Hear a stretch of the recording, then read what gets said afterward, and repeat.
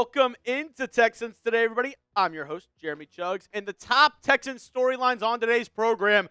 Should we worry about Joe Mixon?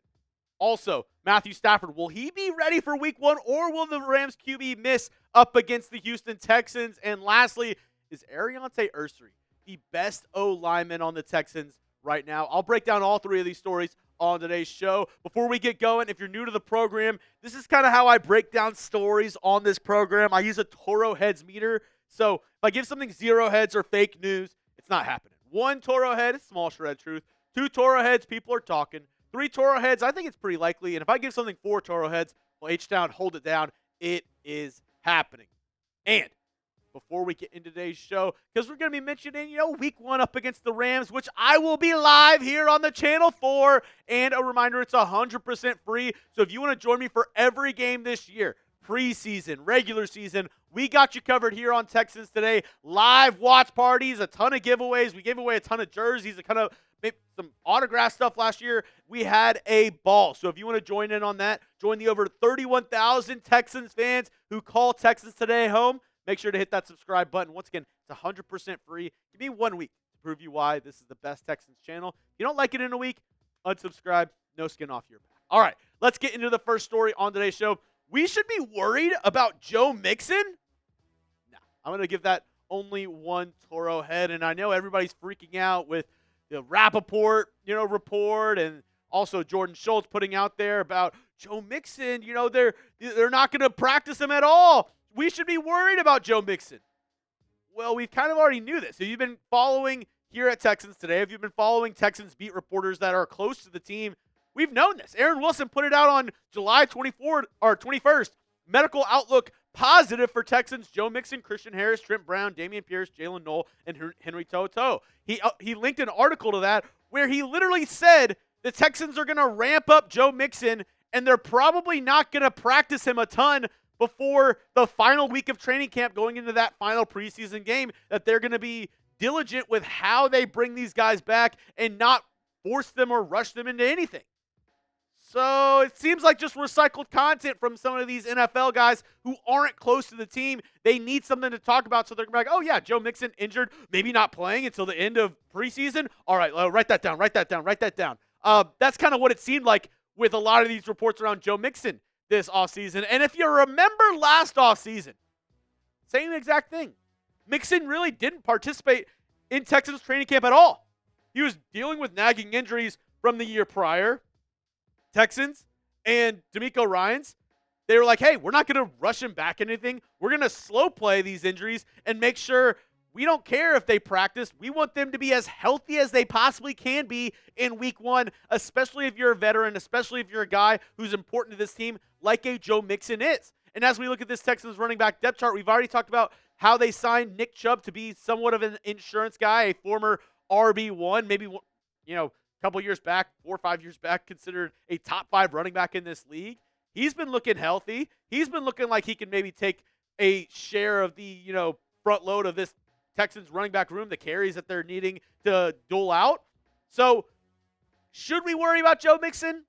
Probably not. Are we going to? Of course we are. We're worried. We're Texans fans, and not seeing your guy out there, that's tough. That's, a tough look on Joe Mixon. That's a tough look on this organization to not have your RB1 out there, because us as fans, we want to see that. We want to see our guys out there. We want to see the highlight clips. We want to see the slow-mo that the Texans admin does of our guy cutting downfield. That's what we want. We want to get hyped for the season, and not being able to see that inherently makes us a little bit worried. So let me know down in the comment section, how worried are you about Joe Mixon? Scale it 1 to 10. 1, you're not worried at all. You think it's all good.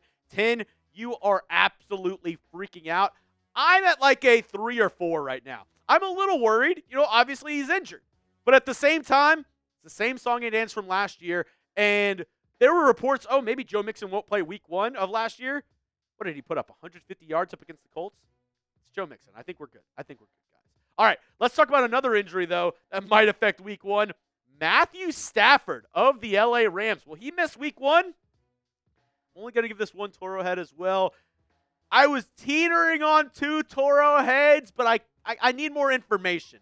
And the Rams are keeping everything pretty close to their vest, even though Sean McVay has seemed a little annoyed with the reporters who are asking about Matthew Stafford. This from Sarah Bishop on Twitter. Sean McVay said QB Matthew Stafford back soreness will not return to practice on Monday as anticipated. McVay said the Rams will take it a week at a time with Stafford, but that the QB did not experience a setback. McVay said the goal remains to have Stafford back for week 1. Obviously, they want to get him back by the regular season. Talking about a 37-year-old quarterback, though, that's having back soreness. I mean, I'm 28, about to turn 29. I was playing rec league basketball about a year ago, and I had a little bit of back soreness. At 37, I don't know how you're kind of dealing with that and then expected to play at the highest level in the National Football League.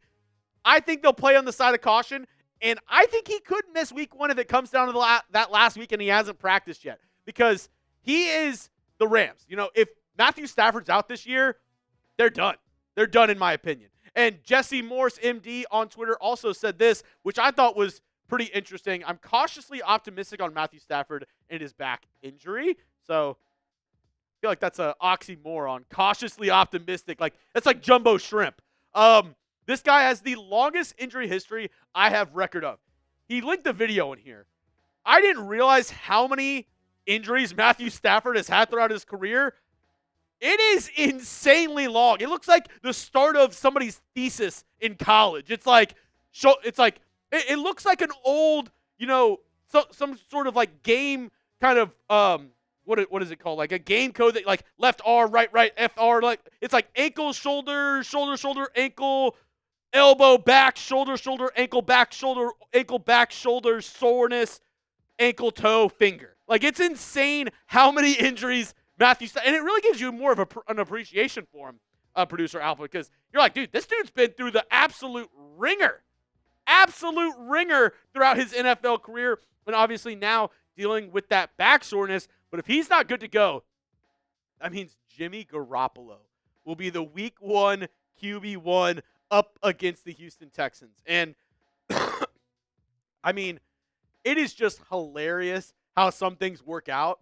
And the fact that Jimmy G could be the starting quarterback for the Rams after the Rams, obviously, they got Davante Adams this offseason. If you remember, they were teammates on the Raiders. And this is what Davante Adams said while Jimmy G was the quarterback of the Raiders. I got to get the F out of here before I lose my effing mind. That was Davante Adams talking about playing with Jimmy G and Jimmy G throwing him hospital balls, which are just, leading your guy into coverage where he's going to get his head taken off. And if I'm Davante Adams, I am just like sadistically laughing like this can't be effing real. I've tried everything to get away from Jimmy G, and he just keeps coming back. I will say, as a Texans fan, not that it'll be like, oh, yeah, easy win. We're just definitely going to go out there and steamroll them, because the Rams have a good roster. Their defense is pretty good as well. They have a good offensive line, some decent running backs. It will make me feel a lot better about week 1, though, if it's Jimmy G instead of Matthew Stafford, especially with this Texans defense, because Jimmy G, not very mobile. I don't know if you knew this. Not a very mobile quarterback is Jimmy G, and if Will Anderson, Danielle Hunter are able to get after him, it's going to be a long day for Mr. Garoppolo. All right, one more story on today's program, but got a great deal for you. If you want to get this Texans polo, it's on sale right now in the clearance section. All you got to do, go to chatsports.com/Texans polo sale. That link will be available in the comment section and description of today's video. Go check it out today. I believe all the sizes are still there. I love rocking a Texans polo. So if you want to rock this one right here, very simple, has the Texans logo, Texans, wear it out wherever. This link right here, chatsports.com/Texans polo sale. One more time, link in the comment section and description of today's show. Last story on today's program, Aireontae Ersery. Is he the best offensive lineman for the Houston Texans? 2 Toro heads. And I wanted to be optimistic and say more, but I think it still might be Titus Howard as the best offensive lineman that the Texans have on their roster right now. But Ersery's making a case for himself. He has been starting on both sides of the football. My guy Cole Thompson does a lot of good stuff around Texans Twitter as well. Reported Texans offensive line for today, July 28th, was Cam Robinson at left tackle, Laken Tomlinson at left guard, Jarrett Patterson at center, Titus Howard at right guard, and Aireontae Ersery at right tackle. And I have a feeling this is the line you'll be seeing at SoFi Stadium come September 7th. So I was one off. But I've also said, none of these guys are set in stone. I do still think it's a battle between Jake Andrews and Jarrett Patterson. I could see either of those guys easily starting at the center position for this Texans team. But I've been telling y'all, Aireontae Ersery, they want to get him out on the field, and he might be the best offensive lineman come into the season. I told y'all on the previous show, he's been working every single practice after practice with Will Anderson Jr., Danielle Hunter, getting extra reps, kind of being that sponge, taking it all in. And today, the first day of Texans padded practice while I'm filming this, Blake Fisher didn't get a single run with the ones today. He was backup the entire day. The second-year man out of Notre Dame. And I think in a perfect world, Blake Fisher would be the starting right tackle. They'd be able to ease Aireontae Ersery into the left tackle position and have a young right tackle, left tackle duo for the next couple of years to come. Now, if you're trying to put the best five out there, that doesn't look like that's going to be the case. It looks like it might be Cam Robinson at left tackle, and they start Aireontae Ersery at right tackle. Now, what does that do to Blake Fisher's confidence? What does that do to the Texans' plan moving forward for the offensive line? I'm not sure, but they're really hoping Fisher can step it up and take over that right tackle spot. But if not, if Ersery looks better, they're going to put the best five out there. And that might be Ersery at right tackle. And from everything that I've heard, he has looked amazing. I know Texans fans are freaking out because Josh Simmons has been getting all this hype at Kansas City training camp so far, and they had a chance to take him at 25. They didn't. They traded out of round one. They ended up taking Jaden Higgins and then taking Aireontae Ersery afterwards. But he might be the real deal, guys. Aireontae Ersery looks really good. Before we finish today's show, though, I have one more thing I got to mention, and I would be remiss if I didn't talk about this on any of my shows this week. An absolute travesty happened in the city of Houston, Texas, over this past weekend, and it really pissed me off. I'm not going to lie. It actually pissed me off. This coming from Aaron Wilson, retired Texan star Andre Johnson, Pro Football Hall of Fame ring, among other items stolen in a burglary at the All-Pro receiver's home. Lil Kiki seeks community's help to find the ring and other items. Obviously, another rapper in Houston, Lil Kiki, came out with a video and was basically like, hey, my brother Andre Johnson got robbed. This is absolutely wrong. What he's done for the city of Houston, what he means to the city of Houston, the fact that anybody's going after this guy, anybody who knows anything needs to step up, needs to talk, needs to say something, because this is our guy. We got to defend him. We got to have his back. Andre Johnson is the Houston Texans. He laid the foundation for this team. He laid the foundation for football in Houston Texans for the past 20 years. He's the guy. When you think about the Houston Texans, you think of either him or J.J. Watt. Those are the first two names that come to your mind. So we need to get something done. Anybody who knows anything, you got to step up because I can't let it slide. My guy, Andre Johnson, he means way too much to this team, way too much to this city to let this shit happen to him in his hometown of Houston. So if you know anything, just step up and say something.